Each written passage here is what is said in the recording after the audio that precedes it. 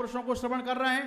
अब ऐसी एक युवा संत कहें या फिर कहें कि उनके उद्बोधन में किस तरीके से हिंदुत्व बसता है, तो मैं निवेदन करूंगा साध्वी सरस्वती जी वो हमारे बीच में हैं, तो कृपया उनको निवेदन करेंगे कि वो यहाँ से आगे एक बार जोरदार तालियों से उनका स्वागत करें।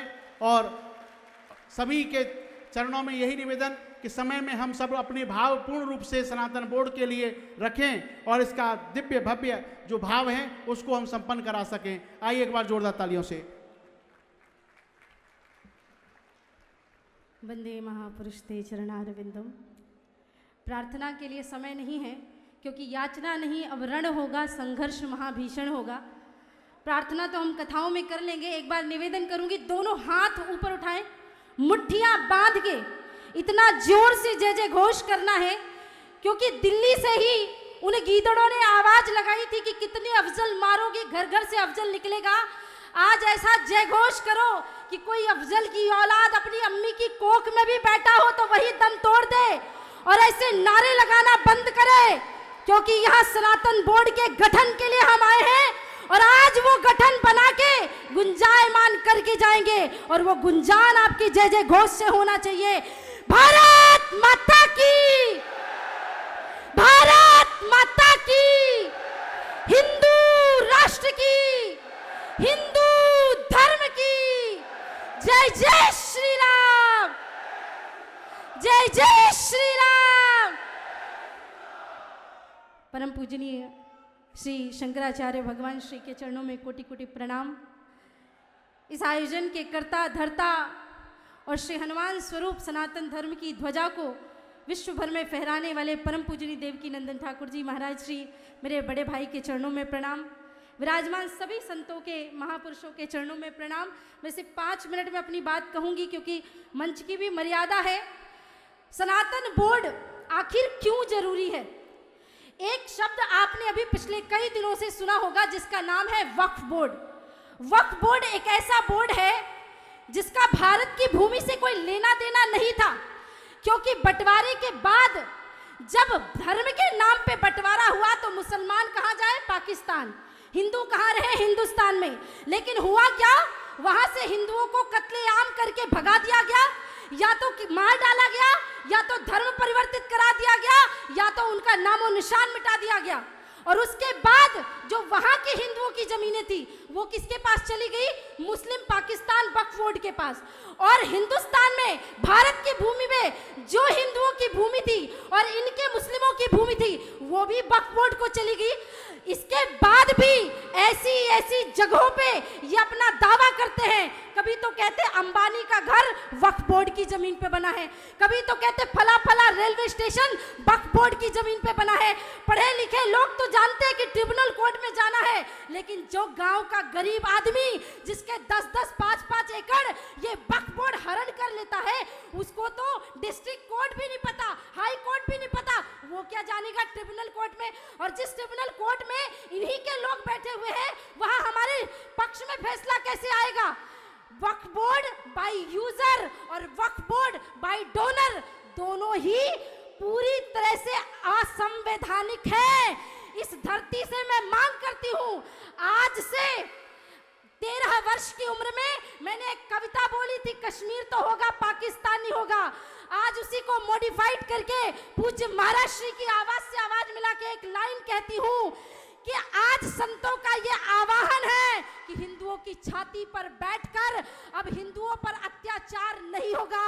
सनातन बोर्ड तो होगा पर वक्फ बोर्ड का नामो निशान नहीं होगा। आखिरी में 2 लाइन की एक कहानी सुना रही हूं, कान खोल के सुन लो।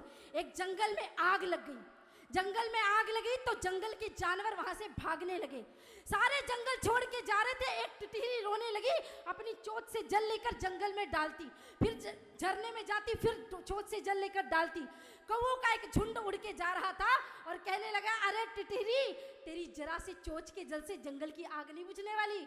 टिटरी ने कहा, मैं ये जानती हूँ, मेरे जरा से चोंच के जल से जंगल की आग नहीं बुझने वाली, पर जब भी जंगल का इतिहास लिखा जाएगा मेरा नाम आग बुझाने वालों में और तेरा तमाशा देखने वालों में आएगा। जब परम पूजनीय देवकी नंदन ठाकुर जी महाराज श्री ने अमेरिका में रह करके दिन रात जाग करके सनातन बोर्ड के गठन के लिए, धर्म संसद के आयोजन के लिए जगह जगह गुंजान किया था। तो उनको भी लोग कहते थे, अरे महाराज जी क्या समय वेस्ट करते हो, आपके इतने लाखों करोड़ों फॉलोवर है, आप तो राधे राधे गाओ, कथा सुनाओ। और आपके बोलने से सनातन बोर्ड थोड़ी गठित होगा, एक व्यक्ति के करने से। अगर पूज्य महाराज श्री ने भी सोच लिया होता कि मैं भी अपने यजमानों के यहाँ मजे कर रहा हूँ, क्या लेना देना मुझे। ये बात तो वही बात हो गई ना महाराज कि उनका जो नाम है वो इतिहास में आग बुझाने वालों में दर्ज होगा, और वो आज उसके आप सहभागी है। हमें गलत पढ़ाया गया कि हमारे संत महात्मा कथावाचक शांति का भाषण देते थे, नहीं, हमारे संत महात्मा तो वो महात्मा थे, दधीच ऋषि जैसे संत हुए, समय आने पे हड्डियों का दान कर देते थे देश धर्म समाज के। यहाँ तो एक हाथ में माला और दूसरे हाथ में भाले की परंपरा है। जाने से पहले बस इतना ही कहूंगी, सनातन बोर्ड बनेगा, बन के रहेगा, किसी माई के लाल में हिम्मत नहीं हम संतों को रोक सके, लेकिन समय रहते हो जाए तो बहुत अच्छा, समय रहते हो जाए तो बहुत अच्छा, वरना साम दाम दंड भेद की नीति दुनिया को किसी ने सिखाई है तो हिंदुओं ने सिखाई है। अभी हम माला लेके जयघोष कर रहे हैं, अगर भाला लेकर के दिल्ली की सड़कों पे भी उतरना पड़ा तो ये संत कोई पीछे नहीं हटेंगे। मैं तो अबोध सी छोटी सी उनकी बेटी हूँ, बहन हूँ, लेकिन वचन देती हूँ पहली पंक्ति में आप सभी के साथ सम्मिलित होकर के देश धर्म के लिए आगे बढ़ूंगी और एक लाइन बोल करके अपनी वाणी को विश्राम करूंगी कि जो छेड़ेगा हिंदुओं की हस्ती को अब मिटा देंगे हम उसकी हर एक बस्ती को। किसी ने कहा आपको मुसलमानों से नफरत है क्या, ईसाइयों से नफरत? मैंने कहा नहीं, जिन्होंने सनातन बोर्ड का आह्वान किया वो देवकी नंदन जी तो खुद रहीम रसखान के दोहे गाते हैं, गुलाब सखी को प्रणाम करते हैं। हमको मुसलमानों से नफरत नहीं है, लेकिन हमको औरंग बाबर अफजल की औलादों से नफरत है। इसलिए इस मंच से आह्वान है कि जो छेड़ेगा हिंदुओं की हस्ती को मिटा देंगे हम उसकी हर एक बस्ती को।